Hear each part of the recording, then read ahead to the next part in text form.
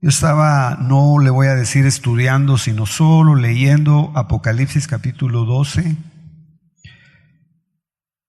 Y tal vez solo quiero utilizar, hermana y hermano, ese capítulo muy someramente. Ese capítulo, pero antes de eso quisiera que viéramos en Romanos, capítulo 9, versos 28 y 29. Ese capítulo,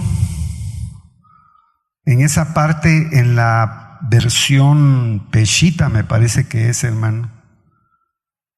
No sé si yo traigo aquí esa versión, si la tengo.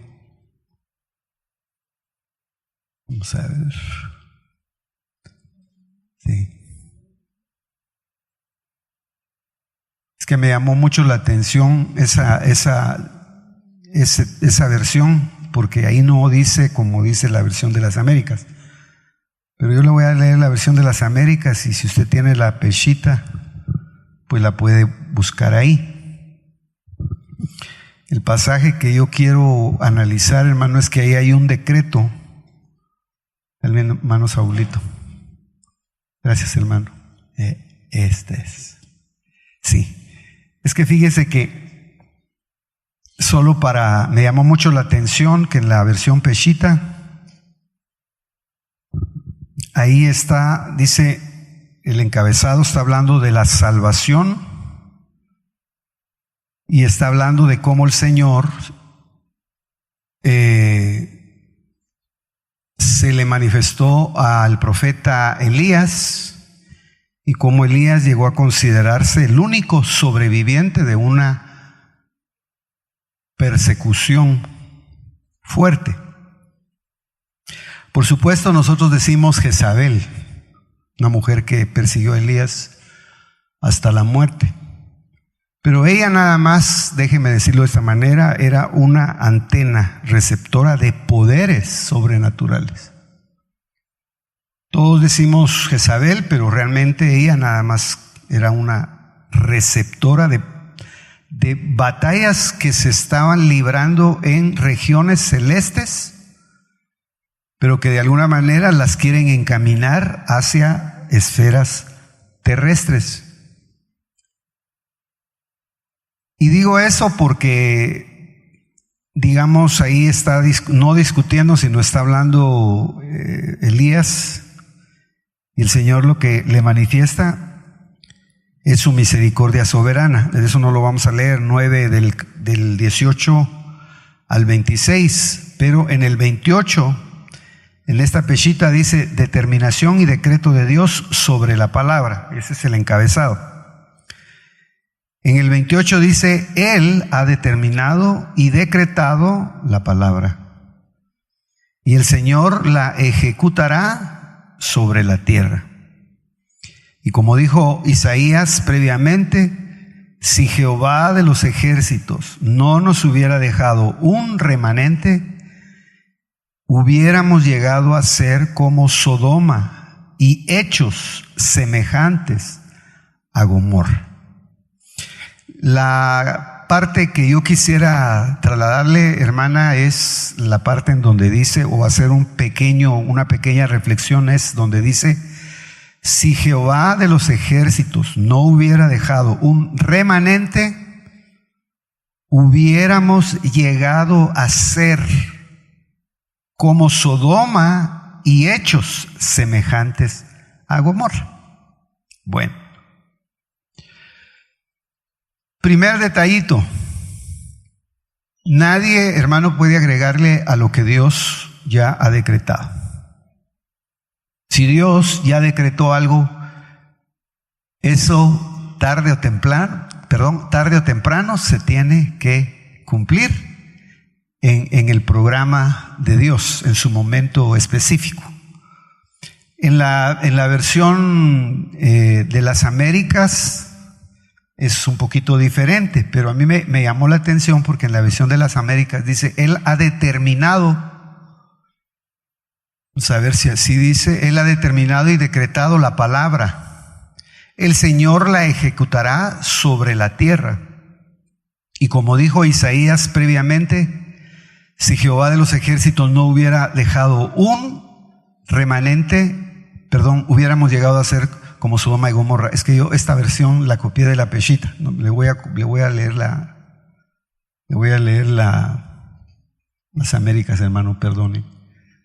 Dice 28, porque el Señor ejecutará su palabra sobre la tierra cabalmente y con brevedad. Y como dijo Isaías, y como predijo Isaías, si el Señor de los ejércitos no hubiera dejado descendencia, hubiéramos llegado a ser como Sodoma y hechos semejantes a Gomorra. Bueno, entonces, primero, que cuando el Señor se está refiriendo a su nombre como el Señor de los ejércitos, cuando dice ahí Jehová de los ejércitos, implícitamente está diciendo, hermano, que es Él el que va a pelear las batallas, digamos que son batallas tan fuertes, tan sobrenaturales, que no están ni siquiera al alcance de nuestra imaginación.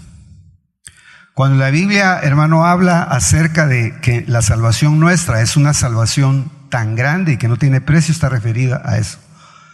No está referido al hecho de que alguien solamente acepta la palabra de salvación en un momento, sino está hablando de que hay batallas, hermano, ancestrales, hay batallas celestiales, hay batallas familiares, hay batallas en todas las regiones para que de alguna manera el hombre llegue a conocer el plan de salvación. ¿Se puede usted imaginar, hermano, todo lo que el adversario quiso hacer para impedir que Israel no creyera que Jesucristo es el verdadero Mesías? Había un plan que Dios había preparado, había diseñado, había anotado, se lo había dado a los profetas. Los profetas se habían tomado, hermano, la molestia de enseñarlo de generación en generación. Y cuando vino el Mesías, usted lo nota que ellos, dice, no lo recibieron. Y hasta la fecha de hoy, por eso es que el juicio correctivo, déjeme decirlo de esa manera, que les vendrá es que ellos van a tener que recibir a otro si no se arrepienten. Entonces, quiere decir, hermano, que el adversario logró borrar el plan de salvación para que ellos creyeran que el Mesías que venía en burrito no era el Mesías verdadero. Y eso hizo que hasta la fecha ellos estén sufriendo, hermano, una especie de velo, de sueño en la mente que los hace, fíjese, entender de una manera extraordinaria el Antiguo Testamento, pero no el Nuevo Testamento, donde está más clarificado el plan verdadero de salvación. ¿Por qué digo esto? Por lo que dice San Juan, capítulo 1, 10 y 11, en donde dice, a los suyos vino y los suyos no lo recibieron. Bueno, de la misma manera le puede suceder a la iglesia o al cuerpo de Cristo, a los gentiles.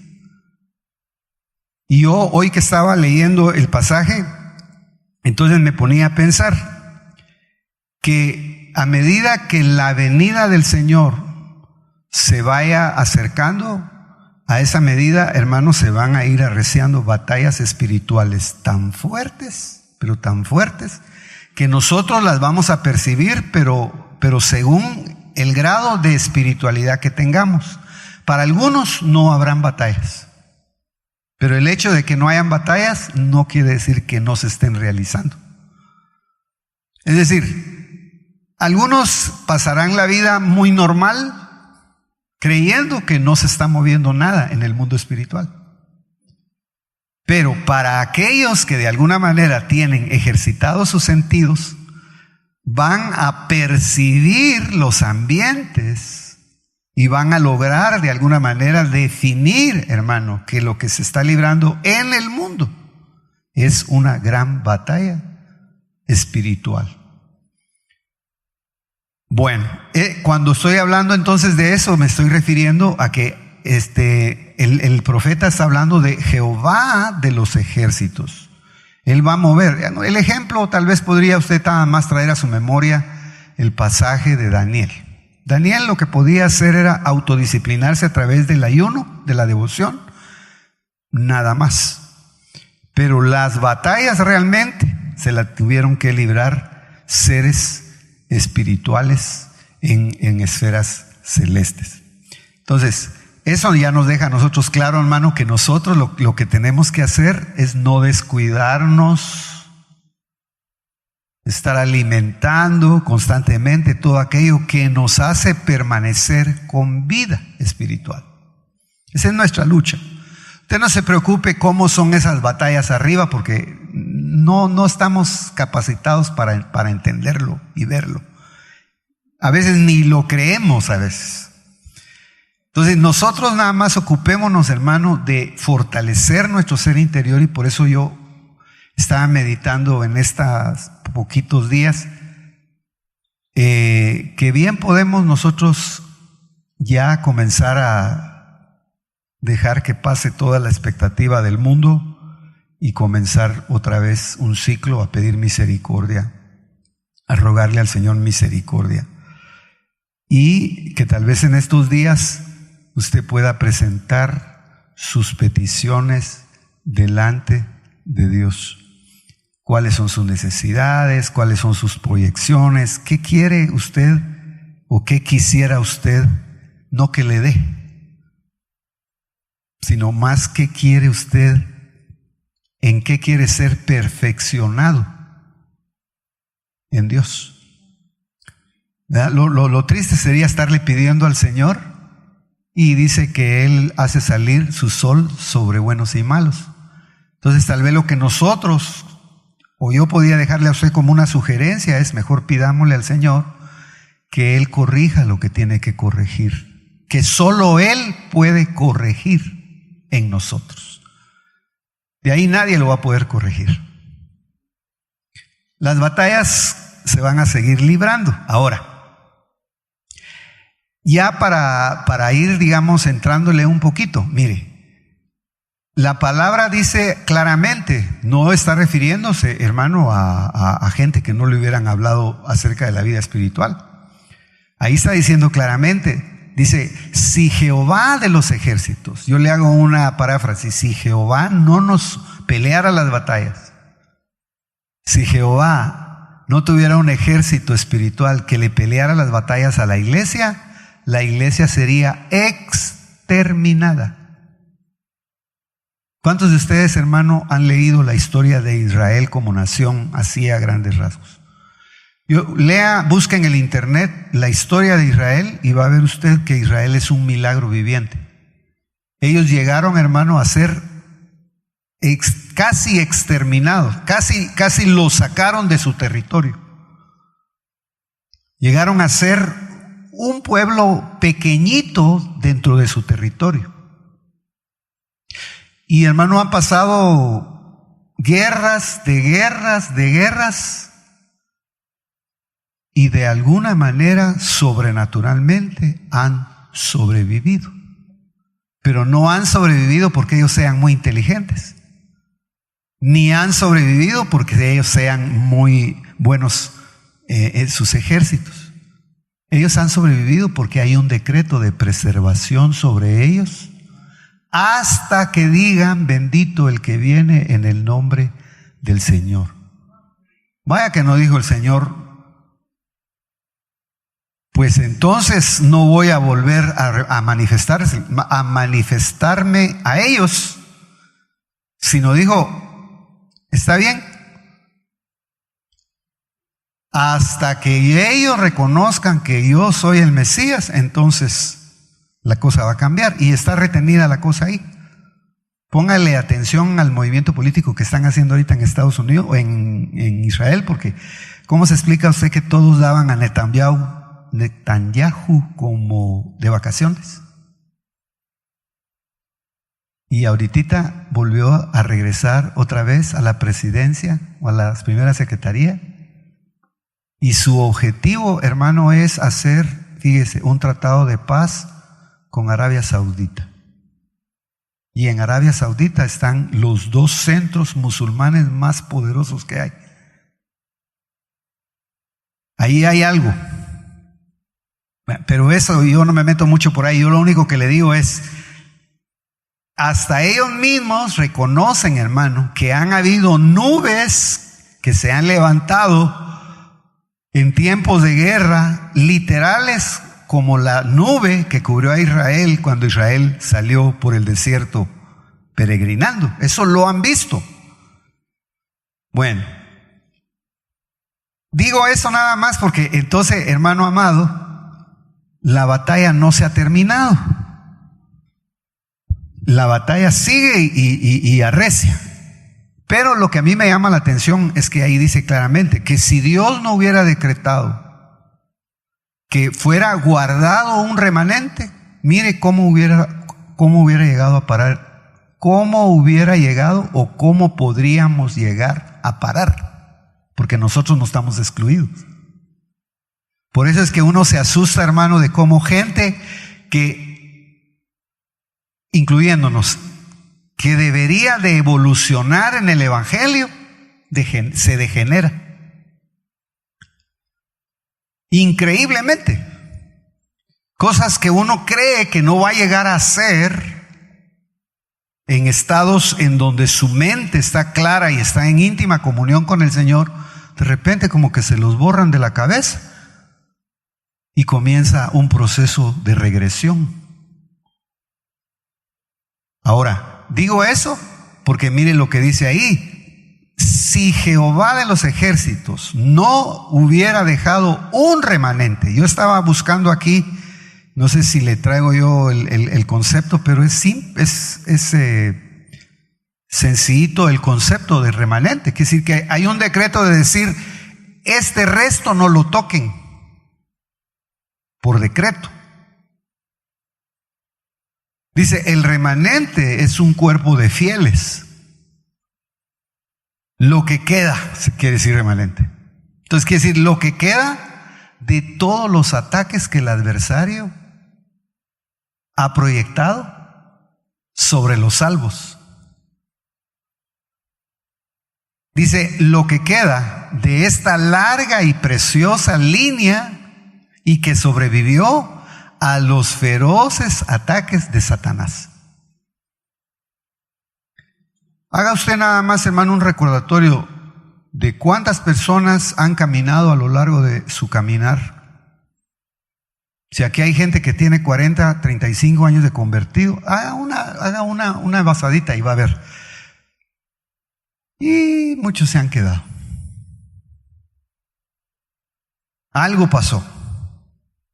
Yo ya le conté que una vez encontré a un hermano que me regaló una Biblia precisamente de las Américas y yo me acerqué así mero contento a saludarlo y hasta me puso así la mano como diciendo, no,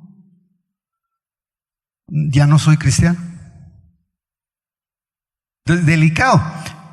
Entonces, el asunto es, a través de los tiempos de la era cristiana, particularmente dice que fueron librados de la oscuridad, de la persecución y del error. Lo que yo quisiera que usted notara entonces, hermano, es que la batalla esa ha sido permanente. Juan lo vio. Juan miraría el futuro o miraría la eternidad presente. ¿Qué estaría viendo Juan? ¿Estaría viendo algo que se va a agudizar en estos días o estaría viendo lo que normalmente se da en todos los tiempos? Pero nosotros, por no tener a veces nuestros ojos espirituales abiertos, no lo vemos. Por ejemplo, hay gente, hermano, que ha tenido la gloriosa experiencia de ver la Jerusalén celestial, que ha ido y ha visto que es un edificio extraordinario y maravilloso, pero solo al que le han dado esa experiencia, si lee Apocalipsis, entonces lo mirará tal vez con un poquito de más realidad. Y por eso me llama la atención. Aquí vuelvo a insistir entonces. Dice, si Dios no hubiera decretado remanente, si Dios no hubiera decretado, miren, cuídenlos o peleen estas batallas, hermano, exterminan a la iglesia. Es decir, ese es el propósito del adversario, exterminarla. Y en estos días usted lo va a ver más agudizado. Espero que usted le esté rogando al Señor que le abra sus sentidos, porque usted va a ver los ataques que se van a comenzar a levantar. Fuertes por querer, hermano, engañar a los escogidos. Entonces, la operación remanente es una operación, según ese pasaje, soberana de Dios. Porque si usted ve, Elías está hablando con el Señor acerca de la persecución que él había tenido y dice: Señor, solo yo he quedado. Y dice, ¿qué le dice la divina respuesta? No, le dice: yo tengo un remanente, yo tengo 7,000 que no han doblado sus rodillas a Baal. Pero eso ya estaba fuera del alcance de Elías. Elías estaba encuevado. Él estaba queriendo morirse. Dios era el que le estaba a él diciendo: no, yo tengo todavía un remanente guardado. Entonces también es importante esto, hermano, para que nosotros lo consideremos. Entonces la operación remanente de Dios es un acto puramente soberano de Dios. Aunque nosotros, hermano, le preguntemos, tal vez nunca vamos a entender como no lo entendió Elías. Ahora, ¿qué fue en ese diálogo? Hay algo que yo le quiero a usted dejar en su corazón. Por eso le digo, es un pensamiento muy sencillo, pero que Dios nos ayude. Está Elías discutiendo, no discutiendo. Está él como platicando con el Señor y le dice: Señor, han dado muerte a tus profetas. Delicado cuando no hay profecía, cuando no hay profetas.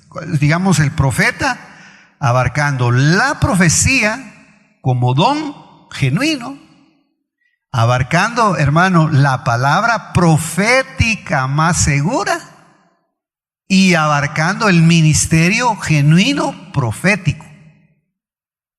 Es decir, hablando en esos términos, dice: Señor, han dado muerte a tus profetas.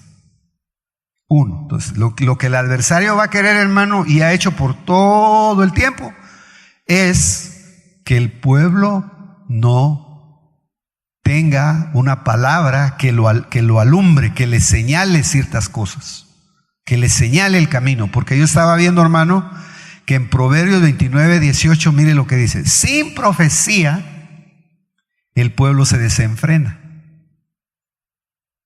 ¿Alguno de ustedes ha tenido la experiencia de que se le han ido los frenos alguna vez? Es horrible, ¿verdad? Fíjese que yo una vez venía en un Mitsuru, un Nissan Tsuru, un rojito que yo llevé a Maranata. Y yo venía de San Marcos, de Palestina, hacia San Juan Ostuncalco. Pero como yo no sabía manejar, hermano, puse neutro. Dice, en bajada. ¿Por qué se está riendo? Era muerte segura. Muerte segura. Y cuando yo comencé a querer frenar, hermano, ya no me agarraron los frenos. Horrible. Lo único fue a pedir misericordia. Bueno, pero ¿por qué le digo eso? Porque la sensación que se siente de no tener frenos, pues esa es, haga usted de cuenta que ese es el espíritu de libertinaje que puede capturar a las almas. Entonces, cuando un espíritu de libertinaje agarra un alma, aunque quiera retenerse, quiera someterse, no puede. Porque ya es una fuerza que va más allá de su voluntad. Y no estamos hablando, hermano, de gente que no conoce a Cristo. Estamos hablando, hermano, de gente que no discernió, no tuvo el discernimiento para ir como digamos, interpretando que el alma sufre de sueño. Y que a veces, hermano, se puede uno dormir y no se da cuenta de las cosas. Por eso ahí dice, sin profecía el pueblo se desenfrena, mas el que guarda la ley es bienaventurado. Y le decía yo un día a los jóvenes en un retiro, tratemos, hermano, de modificar nuestro concepto de lo que es ley, porque la ley no solamente es prohibitiva. La ley, hermano, en su sentido más real y más estudiado es la enseñanza de Dios. Cómo Dios no va a juzgar al que no le enseña. Él ocupa tiempo enseñándole a sus hijos para que entonces el hijo crezca espiritualmente de tal manera que él pueda discernir entre el bien y el mal, y en el negarse a hacer el mal establezca un vínculo de amor con su Dios, porque ¿qué es la gracia sino el amor de Dios exaltado? La gracia no es otra cosa, hermano, que el amor de Dios incomprensible hacia una persona que no merece absolutamente nada. Entonces, dice, sin profecía. ¿Qué es de lo que se estaba quejando el profeta? Han matado a todos tus profetas. Entonces, lo que, hermano, la guerra aquí va a ser quitar de la iglesia la voz profética, la genuina. ¿Y cuál se va a querer establecer? La falsa. Porque nunca, hermano, deja vacía aparentemente las cosas el adversario. Él tiene que llenar espacios. Ese es el tema. Fíjese bien que él quita algo, como le dijera, él saca lo de Dios y mete lo de él, pero no lo mete con su propia naturaleza, sino lo mete imitando la naturaleza de Dios.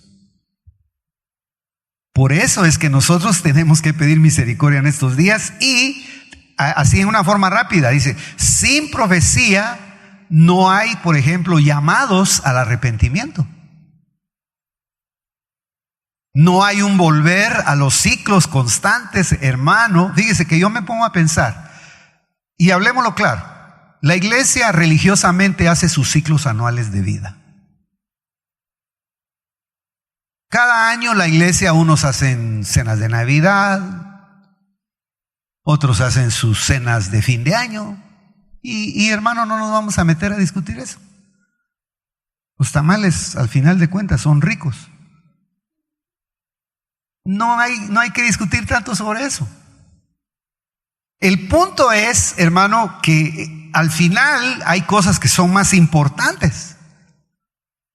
Porque ¿de qué nos serviría a nosotros, hermano, hacer ciclos anuales en la iglesia si no tenemos ciclos de regeneración en nuestra vida?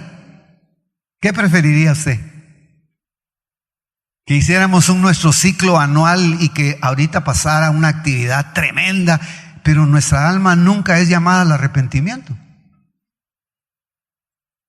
O debe ser una bendición, hermano, que de repente le diga al Señor, párate en tu camino, o parémonos en nuestros caminos y miremos si no necesitamos volvernos a arrepentir por tal o cual cosa. Porque eso es lo que verdaderamente nos va a meter en el camino de una regeneración real. ¿Qué hace uno, hermano? Mire, yo amaba mucho a mi tío, que toda la vida tuvo una úlcera en su pie. Toda la vida. No murió de eso, pero él toda la vida aquí en el ojo del pie, y a mí me llamaba mucho la atención porque siempre se ponía una subpomadita, pero nunca se curó. Entonces, qué tremendo es vivir, pero tener uno algo que le está fastidiando en su vida. Entonces, sin profecía, fíjese, usted puede sacar estudios de estudios sobre esto, pero yo solamente así por tiempo. Sin profecía, el pueblo se desenfrena. No conoce el dominio propio, no conoce el hasta aquí de Dios. Y como hermano, la etapa que estamos viviendo es la etapa del fomento del desenfreno. Quitarle al hombre, hermano, todos sus códigos, digamos, de enseñanza de Dios. Por eso usted va a darse cuenta en estos últimos años cómo hasta la política, hermano. A mí no mucho me gusta hablar de eso, pero yo he estado en mi corazón ahí como queriendo de alguna manera también dejarle cierta conciencia a la iglesia, hermano, de que hasta la política está interviniendo de una manera tan fuerte para, hermano, levantar generaciones, fíjese, generaciones que vayan en contra de la enseñanza de Dios.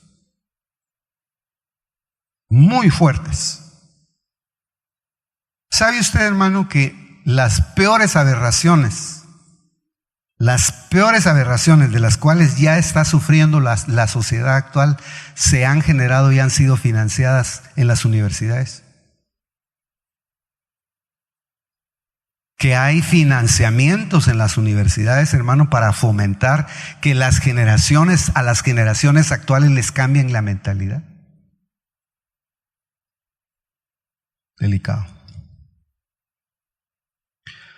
Sin profecía no hay llamado al arrepentimiento y los caminos se hacen cada día más difíciles. El desierto se va a hacer cada día más difícil. Por eso es que Isaías y Juan el Bautista, haciéndole la réplica, porque Isaías fue el que recibió la voz. Ni siquiera dijo yo soy un profeta. Él ya solo era la voz que quedaba en el desierto. Imagínense. Qué fuerte será la batalla, hermano, que nosotros vamos a tener que dejar de ver imágenes de hombres. Vamos a tener que pelear, hermano, con ser más ortodoxos en cuanto a pelear por escuchar la voz de Dios. Porque fíjese que ahí dice, yo soy la voz que clama en el desierto. Preparen el camino a Jehová, enderezad calzada en la soledad a nuestro Dios. Todo valle sea alzado, y bájese todo monte y collado, y lo torcido se enderece y lo áspero allánese, y se manifestará Jehová, y toda carne juntamente la verá, porque la boca de Jehová ha hablado. Entonces, si no hay voz profética genuina, hermano, el pueblo se desenfrena. Le hago yo a usted una pregunta y no conteste. ¿Usted tiene problemas con el pecado? Por lo que veo, ninguno. Así, si no, hermano, hablando claro, ¿tenemos problemas con el pecado todavía? Sí, hermano. Es fuerte. Lo que pasa es que uno lo camuflachea bien, pues. Pero ahí está, es una naturaleza, hermano, fuerte. Que lógicamente, hermano, es fomentada precisamente en todos estos ciclos en donde el mundo exacerba muchas cosas. Entonces, cuidado. Ahí dice claramente que Elías dice, nos han quitado todo lo profético. Pero no estamos hablando solo del ministerio profético. Estamos hablando de la palabra que alumbra en lugar oscuro. No palabra que alimenta las tinieblas, sino palabra que alumbra en lugar oscuro. Que cuando uno, hermano, no sabe para dónde ir, ni sabe qué hacer, alguien llega y le muestra la luz. De lo contrario, uno se perdería, hermano. Mire, hay personas que no salen solas, tienen que salir con la luz de Dios, pero tiene alguien que alumbrarlo. Tiene alguien que decirle cómo tiene que hacer las cosas, si tiene luz. Y la palabra profética tiene esa característica. Otra de las cosas que tiene la palabra profética, hermano, es que sana el cuerpo. No lo enferma, sino lo sana. Porque dice, el cuerpo se enferma porque no hay un llamado a estar a cuentas con Dios. Isaías, capítulo 1, todo el capítulo 1 de Isaías es el llamado del profeta a vengan y estemos a cuentas. ¿Cómo estaba el cuerpo? Hinchado. ¿Cómo viene usted después de la Navidad? Unos vienen con ojo morado, otros vienen hinchados. Ahora voy a saber cómo vendré, ¿eh? Pero para decirlo, hermano, ¿por qué? Porque son fechas en que se exacerban muchas cosas. Si ese es el objetivo. No le demos vuelta al asunto. Ahí dice, el cuerpo se enferma. Entonces, Jehová de los ejércitos, sí dice, si Jehová de los ejércitos, Isaías 1:9, si Jehová de los ejércitos no hubiese dejado un resto pequeño, como Sodoma fuéramos, y semejantes a Gomorra. Ahora, ¿y se acuerda de Ezequiel capítulo 16 en donde está hablando de Jerusalén? Fíjese, Jerusalén había pasado todo su proceso prácticamente como de regeneración. Pero ¿qué le pasó? Si me permite, lo veo muy raro, hermano.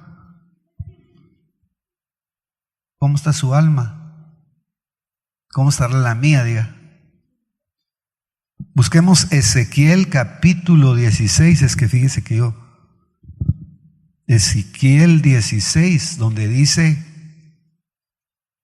traigo una mi Biblia nueva y no encuentro. Ahí está. Mire, dice en Ezequiel 16:1,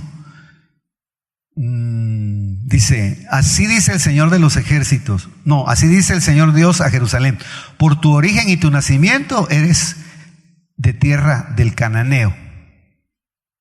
Tu padre era amorreo, y tu madre era hitita. Ahora, hermano, esta es una versión un poquito diferente, pero ¿usted ha leído las costumbres de los cananeos? Está muy callado usted, hermano. ¿Ha leído usted cuáles eran las prácticas de los cananeos? Capítulo 18 del libro de Levítico y 19. Perdón, de Deuteronomio. Cosas horribles. Cuando dice ahí, fíjese, cuando dice ahí, no mirarás la desnudez de tu hija, no está diciendo evidentemente que el padre viera las partes íntimas de su hija, sino lo que está diciendo, la desnudez es tener relaciones sexuales.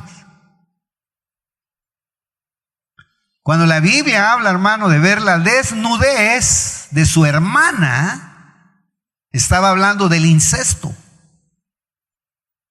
Estaba hablando, hermano, de pecados que trastocan la genética humana.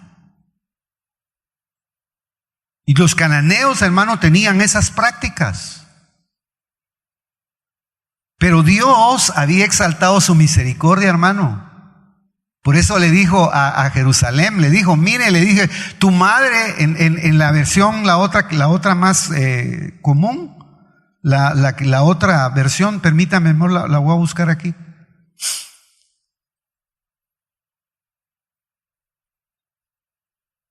Téngame paciencia. Ezequiel 16. Dice, vino a mí palabra de Jehová diciendo, hijo de hombre, notifica a Jerusalén sus abominaciones y di, así ha dicho Jehová el Señor sobre Jerusalén, tu origen, tu nacimiento es de la tierra de Canaán, tu padre fue amorreo y tu madre fue hetea. Y en cuanto a tu nacimiento, el día que naciste, no fue cortado tu ombligo, ni fuiste lavada con aguas para limpiarte, ni salada con sal, ni fuiste envuelta en fajas. No hubo ojo que se compadeciese de ti para hacerte algo de esto, teniendo de ti misericordia. sino que fuiste arrojada sobre la faz del campo con menosprecio de tu vida en el día que naciste. Ahora, hermanos, ¿alguno de ustedes aquí ha padecido de menosprecio? ¿Se ha fijado usted cuando pasa a alguien, le ha dado la mano a usted a alguien mirando para otro lado?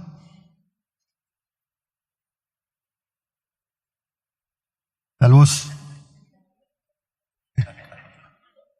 Eso es mala educación. Eso es, te saludo solo porque tengo que hacerlo, pero la verdad es que no quiero verte. Esa es la realidad. Y sabe usted que en la iglesia saluda a gente así. Nunca salude usted así, mire, mostrando la mollera. Mire a la gente a los ojos. Cuando alguien lo saluda a uno mirando para abajo, ¿qué le está diciendo? Yo soy detallista, hermano. Porque el cuerpo no nos lo dieron solo para que estemos quejándonos. ¡Ay! El cuerpo nos lo dieron para expresarnos delante de Dios. Dígame, cuando alguien se gradúa, yo miro esos abrazos que se dan, ¿no? ¿Pero qué está expresando uno en eso? Que uno ama. Que uno a la persona precisamente la abraza. Claro, ese es otro tema. Ese es otro tema. En las religiones más ortodoxas está hasta prohibido sentarse un hombre cerca de una mujer. Imagínense. No se asusten, hermanas, no vamos a poner eso aquí. En las religiones más ortodoxas no dejan ni siquiera que las mujeres canten. Imagínense. Pero claro, va a decir este hermano Ángel que estará leyendo. Yo lo que le trato de decir, hermano, es que nosotros somos dichosos y somos bienaventurados porque Dios nos ha tratado de otra manera. Pero si es necesario que nosotros verifiquemos si realmente se han ocupado o nuestra alma ha sido trabajada y ha sido sanada y está siendo restaurada. La sal, los pañales, todo eso que hablan no es más que el cuidado del Espíritu Santo, hermano, para que el alma de una persona sea sana. Y la sanidad del alma no es, hermano, para prioritariamente tener una buena relación con los que nos rodean. Eso es, como dijéramos, de cajón, como decían en el mundo. Eso es consecuente. La sanidad del alma es para que nosotros nos podamos deleitar en Dios, para que nuestra alma no vaya a llegar a desconocer al que ha sido misericordioso y bueno en gran manera con nosotros. Porque ¿cómo podemos nosotros, hermanos, ser malagradecidos con un Dios que solo nos ha hecho bienes, que no nos ha hecho ningún mal? Él nos ha hecho bienes. Bueno, eso lo digo para que usted se vaya relajando. Me parece que entré mucho con los tacos por delante, pero es la realidad.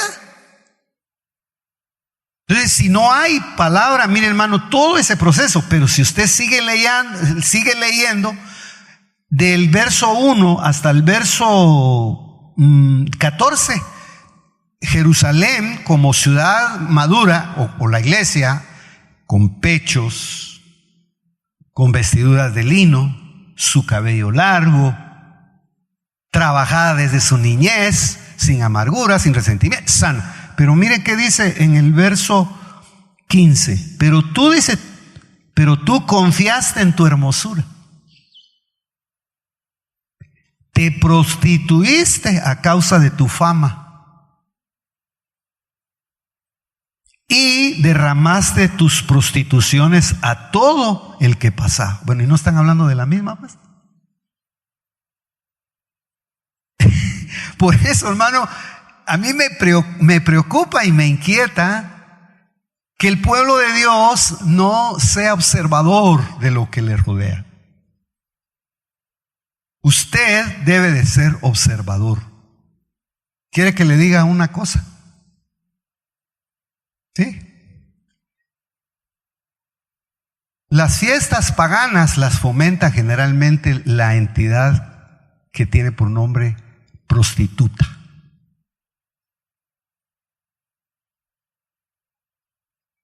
Está muy fuerte, ¿verdad? Pero así es. El ecumenismo, hermano, que es el pacto que voluntariamente va a ser el anticristo con todas las religiones, no va a ser más que el fomento de la prostitución espiritual. El hombre va a ir, hermano, a abrazar un ídolo y después va a querer ir a adorar a Dios y no va a establecer una diferencia. Bueno, yo no quería hablar mucho de eso, pero es necesario que nosotros... Ahora, ¿por qué le digo eso? Porque fíjese que viene Elías, mire todo lo profético. Entonces la sanidad del alma, la sanidad del cuerpo, la sanidad congregacional no puede llegar. No estemos hablando, hermano, de moretones, digamos, físicos, sino hablemos de actitudes que enferman el alma. ¿Qué es el orgullo? El orgullo no es más que la hinchazón del alma. Entonces, si usted comienza a darle forma a esas cosas, hermano, todos nosotros somos material inflamable. Que nadie se moleste, pero todos somos material peligroso. Ahora, usted puede seguir sacando mucho al respecto. La otra cosa que habían hecho era, dice, él le dijo al Señor, Señor, han derribado los altares. Entonces, cuidado. Si a nosotros, hermanos, nos derriban nuestro altar, no habrá lugar en donde ir a expiar el pecado. Si nosotros somos personas o somos cristianos, hermano, que no hacemos del altar algo personal. Mire, uno de los regalos más grandes, oí una verdad hace días. Está mi hermana aquí que lo dijo, de un siervo de Dios. Y es cierto, que uno de los atributos más grandes que el hombre puede tener es tener altar propio. Es decir, yo no puedo vivir, con todo respeto, de la oración del hermano Ronnie. Ni él puede vivir de mi oración. Puedo pedirle que ore por mí, que interceda por mí, como yo por él. Pero en última instancia, él es el que se tiene que subir al altar. Yo soy el que me tengo que subir al altar. Dos ejemplos. Isaac. A Isaac, hermano, ¿será que él se subió o lo subió Abraham? Como haya sido. Yo digo que algunos creen que que Isaac era un niño, otros creen que ya era grande. Dependiendo de la edad que haya tenido, pero de todos modos, hermano, hay una constancia de que Isaac se subió al altar y fue ofrenda viva. Y el otro que se subió al altar es más complejo porque era rey. Y generalmente los reyes solo dan órdenes. Pero, hermano, él, fíjese, todavía ahí estaba cuerdo. Salomón. Él se subió al altar. Y hermano, si usted lee la oración de Salomón, uno la lee tal vez como en, 5 minutos. Pero yo estaba diciendo, ¿cuánto tiempo tardaría él con las manos levantadas? Hagamos el ejercicio hoy. ¿Cuánto tiempo puede usted tardar hincado? Así mismo. Yo me recuerdo cuando el hermano Otto al final decía, levante las manos. Y se ponía a orar, y no las baje, y ahí estaba uno. Agárrese siquiera una.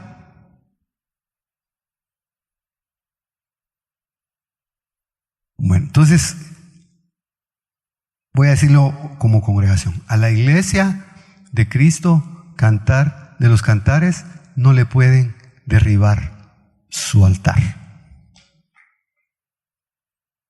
Nosotros tenemos, hermano, que hacer nuestro altar en Dios, conjunto, trayendo nosotros cada uno nuestro niñito de nuestro altar personal.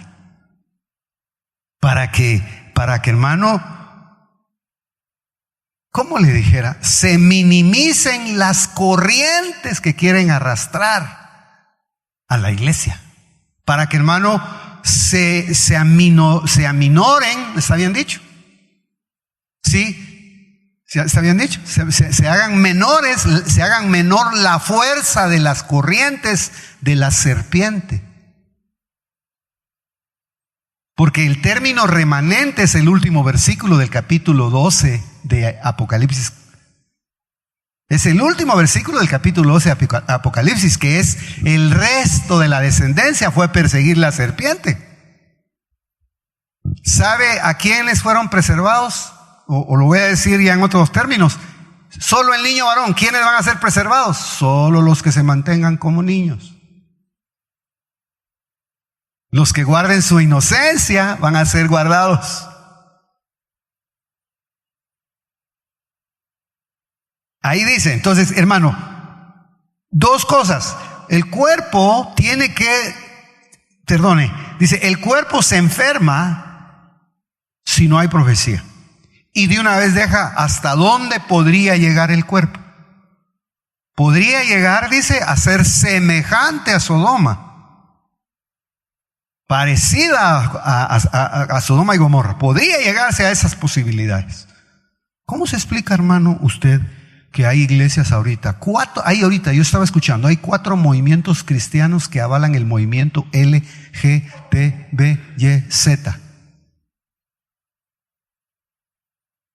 Lo acuerpan, y no estamos hablando, hermano, de otros, estamos hablando de congregaciones que históricamente figuran como cristianas evangélicas.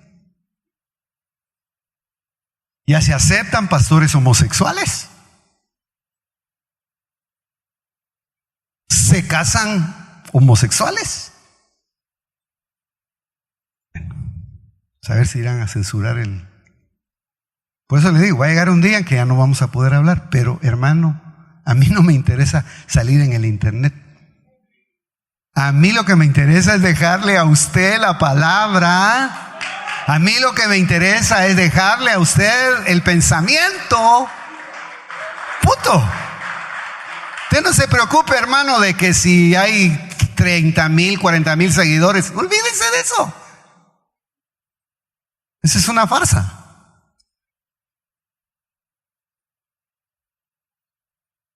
Ellos, hermano, lo que hicieron, lo que se movió en ese momento fue, dice, habían derribado los altares.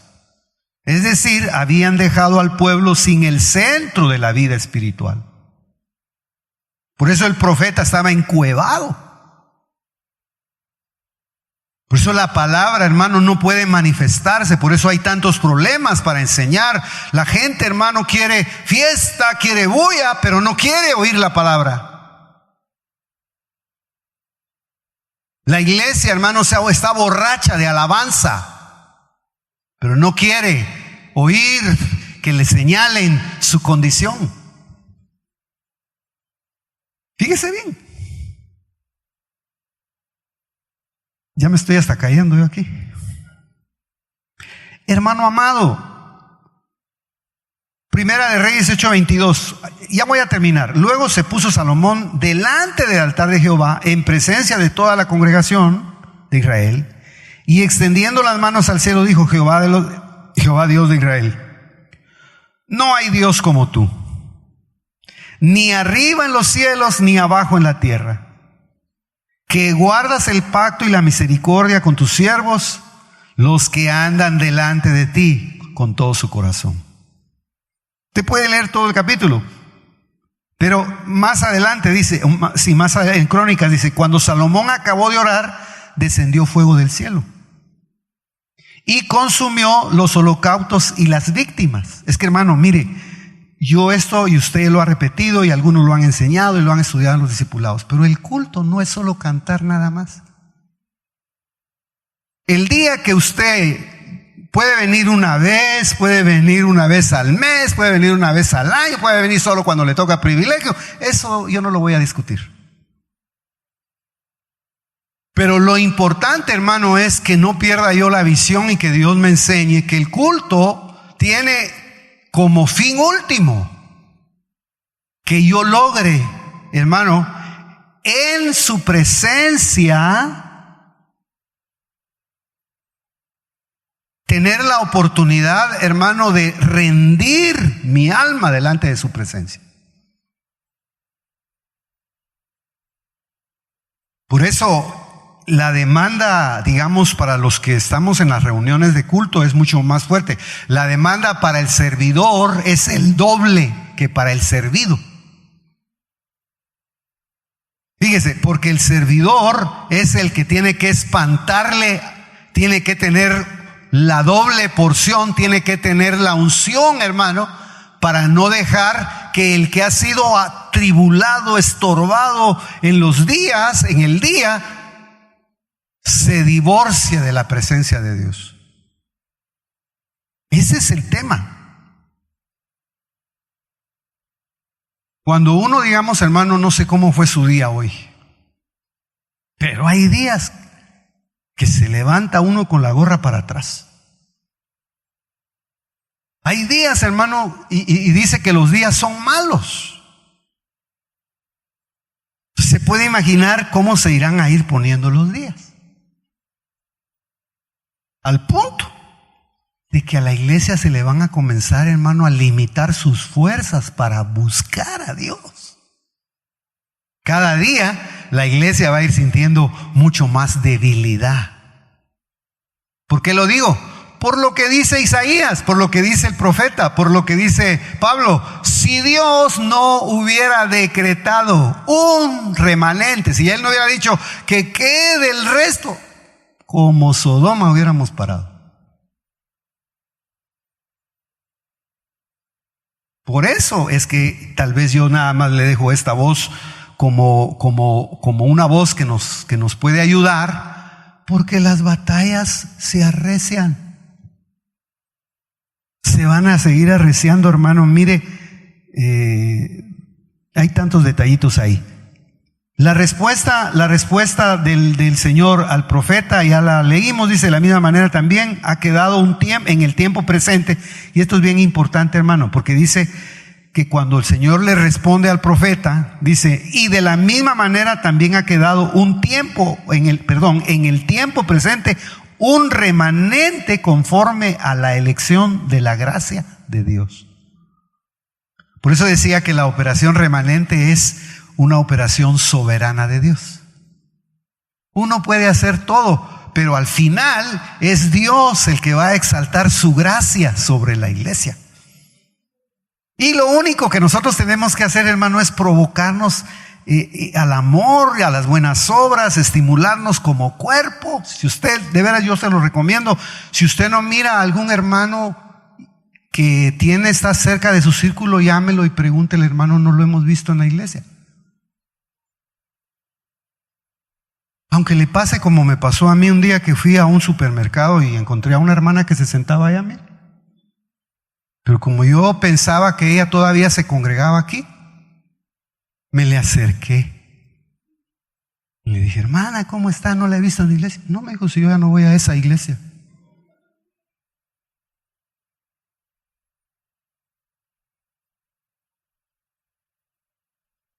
¿Cómo le hubiera contestado a usted?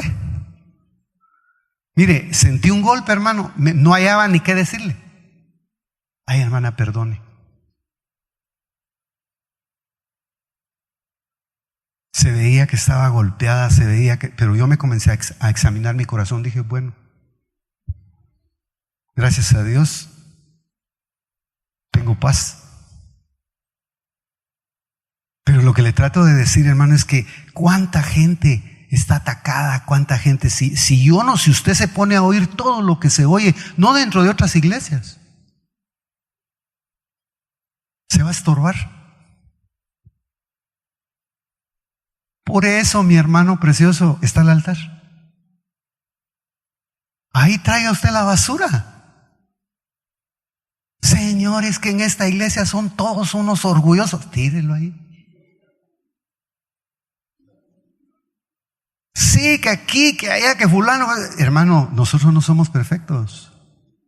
Nosotros estamos aquí porque somos los más necesitados de todas las iglesias, hermano. Y eso no es una retórica, eso es real. Esta iglesia es un remanentito que Dios en su misericordia tiene aquí por la zona 13.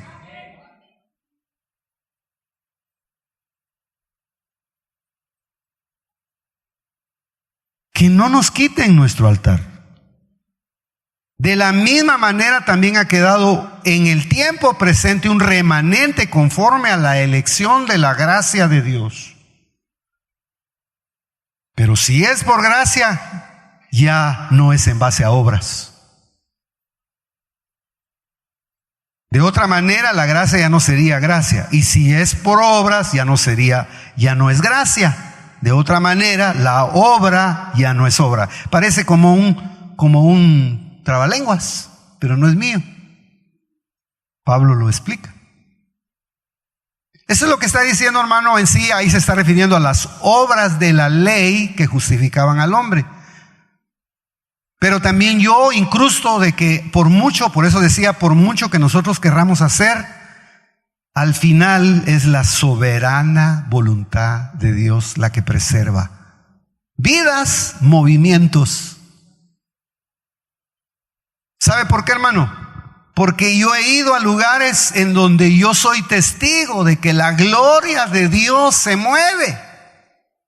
Porque yo he sido afectado por eso. Pero después me he dado cuenta que eso no sirvió de mucho para que un movimiento se vaya por otro lado.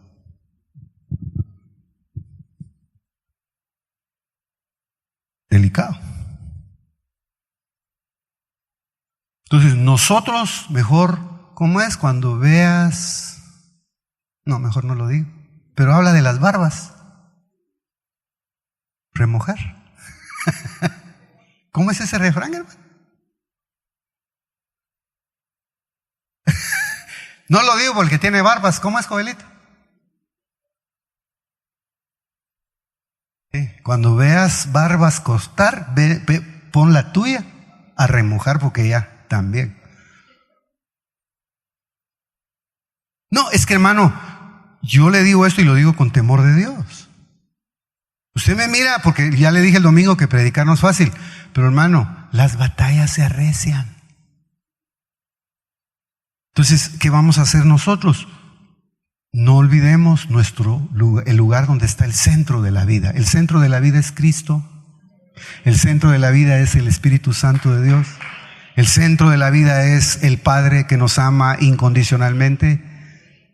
Y el centro de la vida sería que nosotros no dejemos de congregarnos y que permanezcamos buscando a nuestro Dios. Y Él hará. ¿Usted cree que un Dios que es tan bueno lo va a dejar sin comer este año?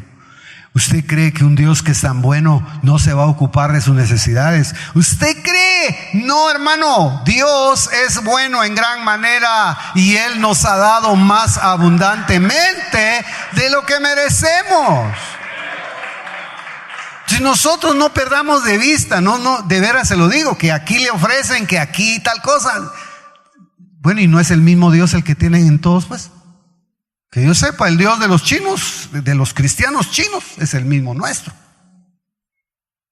El Dios del avivamiento de la Reforma en Alemania, Martín Lutero, es el mismo de nosotros. El del avivamiento, hermano, en África, es el mismo de nosotros. Entonces nosotros no dejemos pasar las cosas nada más. ¿Estoy muy fuerte ahora? ¡Despiértese!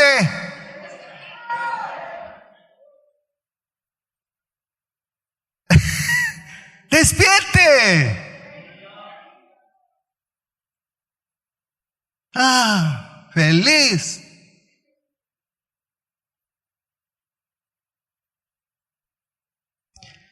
Termino. Porque, hermano, en Apocalipsis usted mira la serpiente que está velando el alumbramiento del niño varón. Y se lo arrebatan. Por eso le digo, solo los que, esta es una aplicación, no es una interpretación exegética bíblica, sino es una interpretación que yo saco. Cualquiera que oiga mis mensajes dirá: ese pobre hermano lo que les está enseñando. Yo lo que le estoy diciendo, hermano, es que ahí hay una aplicación. ¿Quiénes serán guardados? Los niños. Por eso los que prevalecen, hermano, es la simiente más pequeña de la naturaleza ovejuna, los corderos. ¿Quién venció a la bestia? El cordero. El que, hermano, de alguna manera no está, mire, no sé cómo decirlo, trata de estar ajeno a todo lo pecaminoso. No es fácil luchar con el pecado, pero no es imposible. Si Dios nos da la fuerza, si Dios nos fortalece, podremos de una o de otra manera vencer.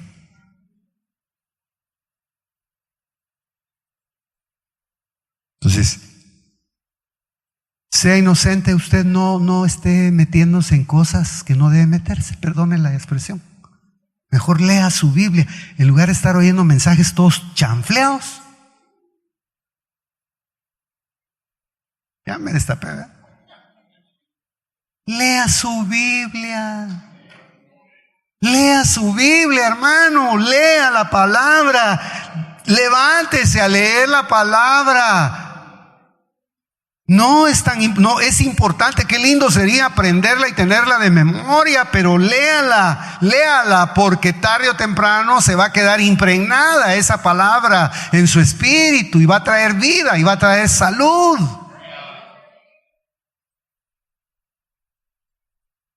Mire, si usted lee, va usted a leer a su casita, y ya es la persecución de la bestia a esa entidad llamada iglesia. Entonces dice: y dio a luz al hijo varón que ha de regir todas las naciones con vara de hierro, y su hijo fue arrebatado hasta Dios y hacia su trono. Déjeme decir algo. El que es inocente y permanece en Dios, es muy difícil, hermano, que el adversario lo engañe, porque tiene conocimiento de quién es Dios. Estaba yo oyendo hace días, hermano, el testimonio de un judío, fíjese, ortodoxo, de padres austriaco y no me acuerdo. Y dice él, hermano, que él se enamoró. Le preguntaron que cómo se había convertido, porque a él lo crearon dentro del judaísmo ortodoxo. Y dice, hermano, que él en su trabajo se enamoró de una niña muy bonita y ella lo invitó a la iglesia cristiana. Y el que lo estaba entrevistando era otro judío y le dice: pero ¿cómo te convenció? Entonces dice él que lo que le impactó no fue lo mucho que predicaban, sino fue el amor que había en esa congregación. Y no solamente se convirtió él, sino se convirtió su padre después, se convirtió su madre. Y hoy es pastor en Israel. Ahora, hermano, Dios es poderoso. Poderoso. Y si nosotros somos insuficientes, hermano, para trasladar el mensaje, poderoso es Dios para aparecérsele al que se le tenga que aparecer y mostrársele al que se le tenga que mostrar. Eso yo se lo aseguro. Entonces, si el adversario, hermano, no logra agarrarlo a uno de niño, va a trabajar en las masas. Porque dice, mire, y le dieron a la mujer alas, pero si usted lee detenidamente, cuando el dragón vio que había sido arrojado a tierra, persiguió a la mujer que había dado a luz al hijo varón. Comenzó a perseguir a la mujer. Y se le dieron las alas, le dieron las 2 alas de la gran águila a fin de que volara en presencia de la presencia de la serpiente. ¿Qué quiero decir con esto, hermano? De que dice, se le dará a ese remanente, porque al final el remanente comienza desde que es niño, se es niño, hasta que Dios termina la obra.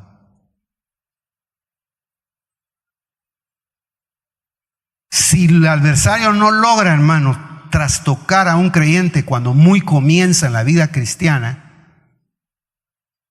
va a seguir viendo dónde lo estorba. Va a seguir viendo, se puede crecer, puede uno estar donde esté, hermano, él va a seguir viendo de qué manera arrastra a la gente. Por eso a mí me llamó la atención que dice que al remanente, es decir, al remanente está representando, hermano, cuando ya la iglesia tiene tiene una fase en donde tiene cuerpo y es muy fuerte. Pero ni eso es suficiente. Porque yo me recuerdo, hermano, cuando yo predicaba a mucha gente. Mira cómo se pone uno de feo. Cuando usted sirve, hermano, y tiene 20,000, tiene 15,000, tiene 10,000 gentes, si uno no tiene cuidado, se enferma. Porque uno cree que es Dios, muy por debajo. Que lo que uno dice. Delicado.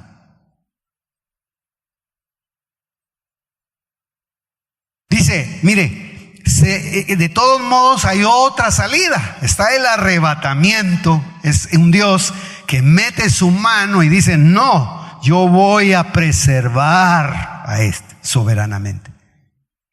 Y está la posibilidad de que le den las grandes alas de águila. Por eso, hermano, eso tipifica el Evangelio de Juan. No seamos tan terrenales. También ocupémosle un poquito de tiempo a lo espiritual.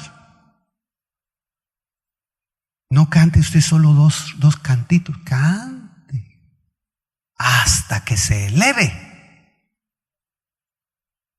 Cuando ore, si tiene sueño, párese, váyase, lávese la cara y siga hasta que se eleve. Uno, hermano, de veras, yo se lo digo y estoy metido en el costal, es que el acomodo, el sopor que está cayendo sobre la tierra es fuerte. Tenemos que pelear con eso. Y Dios nos dará alas para escapar un poco de esas corrientes. Porque ¿qué es lo que salió de la boca de la serpiente? Dice, mire cómo dice ahí, se le dará, este es un comentario, se le dará a ese remanente un poder sobrenatural, las alas de la gran águila, para librar obstáculos. Grandes corrientes como ríos tan fuertes de pecado. Ahora el pecado, hermano, ya no es una corriente. No es algo, hermano, que uno vaya a buscar y que... No, es una corriente que se le mete por todos lados. Arrastra. Está trabajando el enemigo a ese nivel. Corrientes como ríos tan fuertes de pecado, de doctrinas de error, de blasfemia, de apostasía, que si a uno, hermano, si a la iglesia no le dan algo para levantarse, lo arrastran.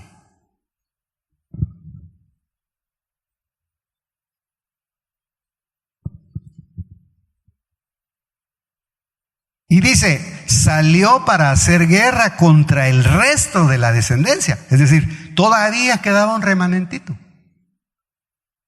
Y salió a buscar a los grupos que son remanentes de Dios. A los que guardan el mandamiento de Dios y tienen el testimonio de Dios. Entonces aquí no se libra nadie de ataques. La batalla ahí va a estar. Un catedrático que se llamaba Tonito de León decía, camarón que se duerme. Él con eso inauguraba su clase. Camarón que se duerme, se lo lleva la corriente. Y hermano, lo que yo quiero dejarle en su corazón a ustedes, mire la misericordia de Dios. Ama tanto el Señor a la simiente de la mujer que lo preserva de niña, la preserva en sus fuerzas, pero aún así va a ser atacada. Y todavía, hermano, el diablo va a irse a meter en los rincones para ver, a ver dónde saca cristianos. Seguro.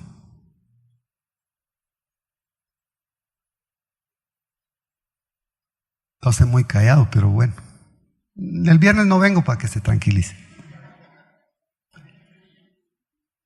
En el amor de Dios, mire hermano, ¿qué es Cristo para nosotros? ¿Qué es Cristo para nosotros, hermano? Sí, pero Cristo es nuestra salvación. Entonces, hermano, solo se puede imaginar, Él es nuestra salvación. Pero que yo sepa, todavía no somos salvos plenamente. ¿Vamos a ser salvos, hermano? ¿O vamos a constatar que somos salvos cuando usted, hermano, le devuelvan su cuerpo glorioso? Pero mientras vamos en el camino,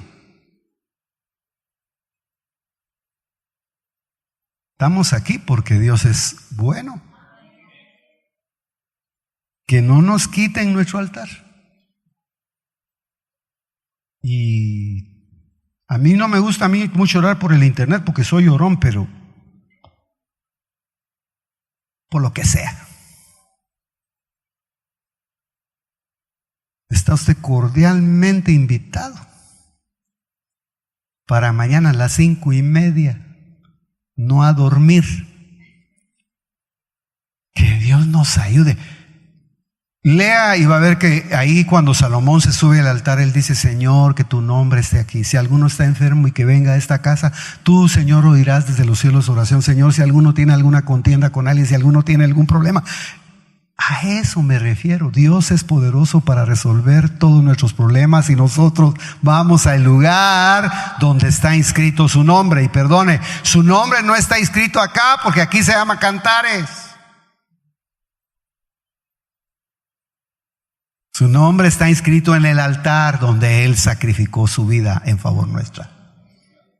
Cuando vamos a orar, su nombre toma lugar. Que Dios lo auxilie y que Dios tenga piedad de nosotros, hermano. Y lo demás, Él lo hará. Póngame aquí en un papel lo que desea su corazón. Lo demás, Dios lo hará. Así de sencillo. Si a Él le place darle lo que Él quiere, ¿qué?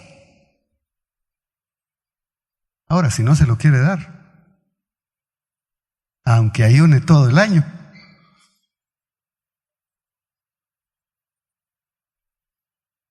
son las 0 con 0 con 0. Hermano, yo lo veo raro, perdone. Pero ¿qué hacemos, pues?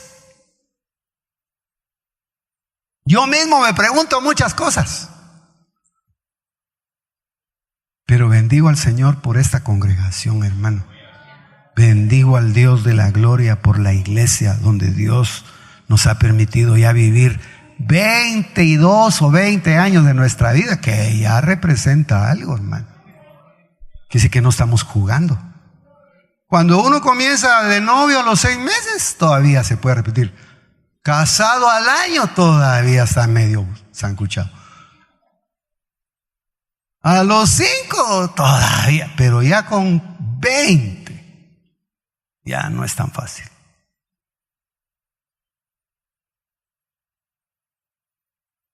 Que Dios lo ayude y nos ayude. Amén.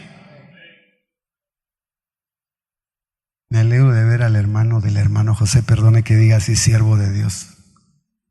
Pero usted no puede claudicar. Dios es bueno. Y aquí es su casa. Quiera o no quiera.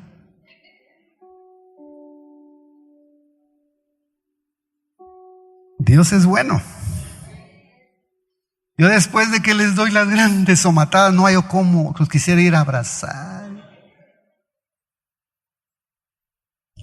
Pero Dios es fiel, hermano. Él va a guardar nuestro corazón. Levante su mano y le damos gracias al Señor. La gran batalla, y nadie puede decir, pues nosotros somos los escogidos, porque eso es soberanía de Dios. Si usted mira ahí el texto, esa era la idea, pues no es ni siquiera, es que nosotros somos, no. Dios en su misericordia soberanamente tiene su gente. Desearíamos estar ahí incluidos. Yo desearía eso. Desearíamos, hermano, que el Señor nos viera, no solo a uno, a todos los que estamos acá. Pero ahí no nos podemos meter. Solo Él sabe qué tiene en su corazón para nosotros. Él conoce nuestros corazones.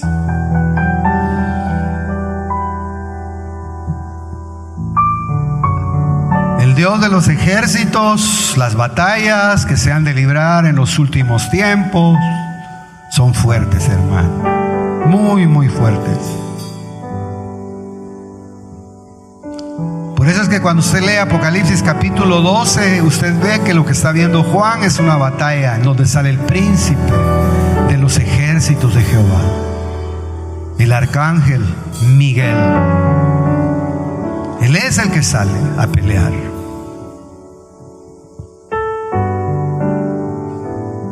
La iglesia se debatía, hermano, en corrientes, desiertos, fragilidad de niños. Pero Dios es bueno y Él lo va a guardar a usted. Aún fuera usted a donde fuera, hermano, permaneciera aquí en esta congregación o no, el anhelo de mi corazón sería que usted guarde, sea guardado donde quiera que vaya. Que su vida sea preservada para Dios. Que los engaños, que las tretas, que las artimañas del error no nos alcancen. Y si nos alcanzara, tenemos un lugar hacia donde correr.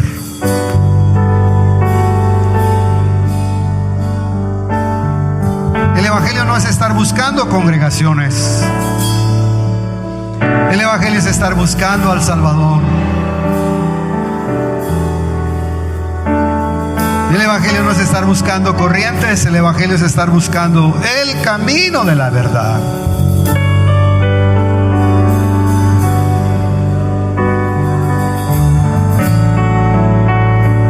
Nada más, hermano, alabamos al Señor porque nos ha permitido caminar juntos unos años de nuestra vida. No sé cuántos años Él permitirá que lo hagamos y lo sigamos haciendo, pero nosotros le damos gracias.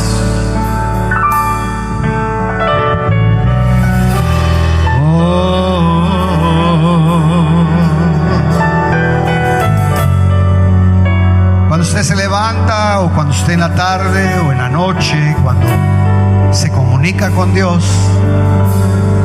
cuando su corazón se vuelve al Señor, ahí es donde usted se conecta, ahí es donde Él manda su fuego, ahí es donde Él manda su presencia. No todas las veces podemos, hermano, buscarlo en las madrugadas.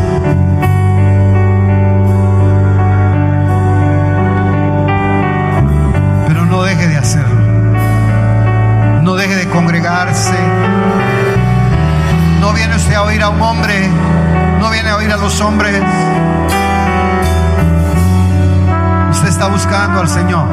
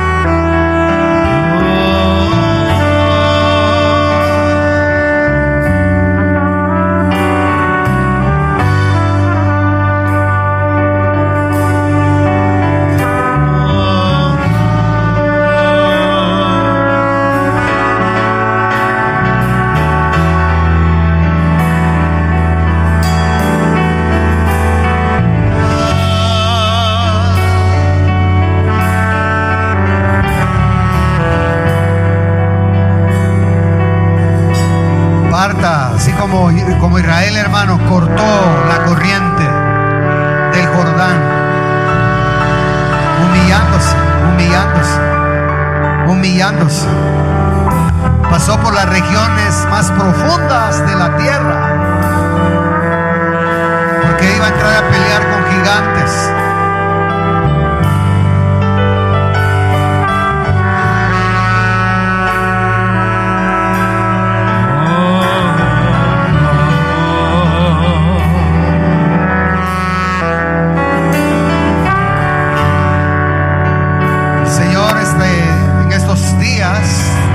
Desate su lengua, desate su garganta, desate su mente para Dios, desate sus manos en habilidades, en talentos, en dones, en riqueza.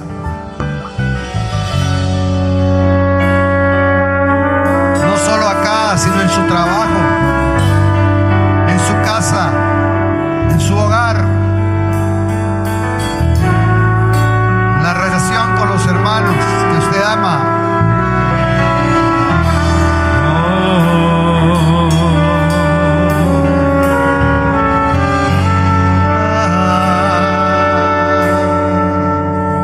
Dele gracias al Señor.